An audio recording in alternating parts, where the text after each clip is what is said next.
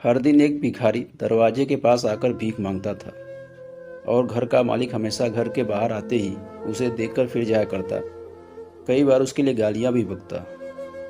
वो कहता, तू जिंदा ही क्यों है? पूरी जिंदगी ऐसे ही भीख मांगेगा क्या? धरती का बोझ क्यों बन बैठा है?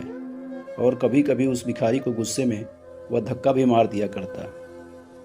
इतना कुछ हो जाने के बावजूद भिखारी के मुंह से सिर्फ यही निकलता कि भगवान तुम्हारे पापों को माफ़ करे। एक बार सेठ को धंधे में बड़ा नुकसान होने की खबर मिली। सेठ बहुत परेशान था कि तभी उसके दरवाजे पर वो भिखारी आया। गुस्से में अपना आपा खोते हुए सेठ ने उस भिखारी को पत्थर दे मारा। पत्थर लगने के कारण भिखारी का सर फूट गया और उसके सर से खून बहने लगा। फिर भी दर्द से कराहते हुए भिखारी ने इतना ही कहा, भगवान तुम्हारे पापों को माफ़ करे। भिखारी वहाँ से चला गया। सेठ सोच में पड़ गया। भिखारी को पत्थर मारा, फिर भी उसने सिर्फ प्रार्थना ही की। सेठ का गुस्सा शांत हुआ। सेठ का मन शांत हुआ भिखारी का रहस्य जानने के लिए। सेठ ने भिखारी का पीछा करना शुरू कर दिया।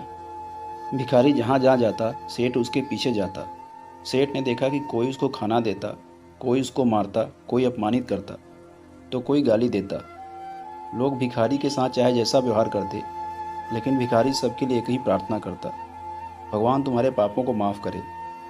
अब रात होने को आई थी। भिखारी अपने घर जाने के लिए लौटा।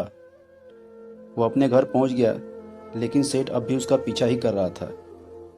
एक पुरानी टूटी हुई खटिया पर एक बूढ़ी औरत लेटी हुई थी। काफ़ी कमज़ोर और बीमार लग रही थी। वह भिखारी की पत्नी थी। अपने पति को वापस आता देख वह खाट से उठ खड़ी हुई। पत्नी ने अपने पति के भीख वाले कटोरे में देखा। उसमें सिर्फ आधी बासी रोटी थी। उसे देखकर वह बोली, आज बस इतना ही मिला? और हाँ, आपके सिर से खून क्यों निकल रहा है? ये चोट कैसे लगी? बूढ़ा भिखारी बोला, आज बस इतना ही मिला। किसी ने कुछ दिया ही नहीं। सबने गालियाँ दी और एक ने पत्थर भी फेंक कर मारा, इसलिए मेरा सर फट गया। एक गहरी ठंडी सांस लेकर बूढ़ा भिखारी फिर से बोला, यह मेरे ही पापों का फल है। एक गहरी ठंडी सांस लेकर बूढ़ा भिखारी फिर से बोला, यह मेरे ही पापों का फल है। तुम्हें याद है कुछ साल पहले हम कितने अमीर थे? क्या कुछ नहीं था हमारे पास? हमारे पास हर चीज़ ज़रूरत से ज़्यादा थी, लेकिन हमने कभी दान नहीं किया। और उससे भी बुरा हमने उस अंधे भिखारी के साथ किया जो हमारे द्वार पर भीख मांगने आया करता था। बूढ़ी पत्नी की आंखों में आंसू आ गए। वह बोली, हाँ, हम उस बेचारे अंधे के साथ बहुत बुरा करते थे। उसका अपमान करते थे।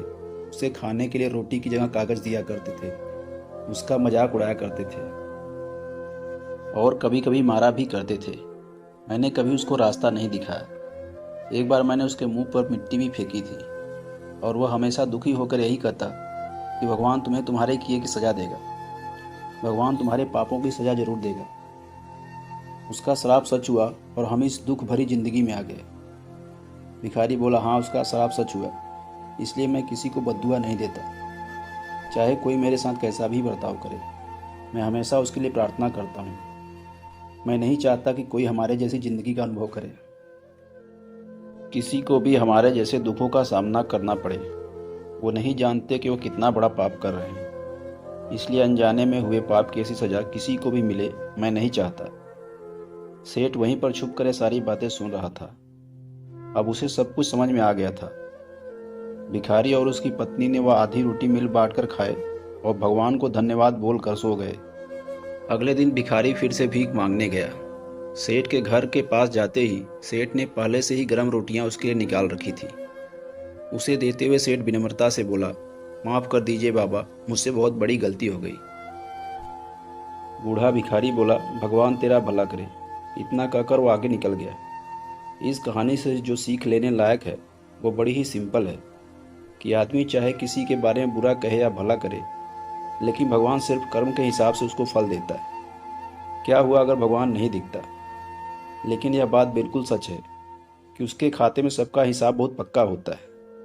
इसलिए जब किसी के लिए कुछ भी करो तो अच्छा ही करो। दोस्तों, अगर आपको स्टोरी पसंद आई हो तो हमारे वीडियो को लाइक और चैनल को सब्सक्राइब जरूर कर देना, ताकि इसी तरह की स्टोरी हम आपके लिए लाते रहें।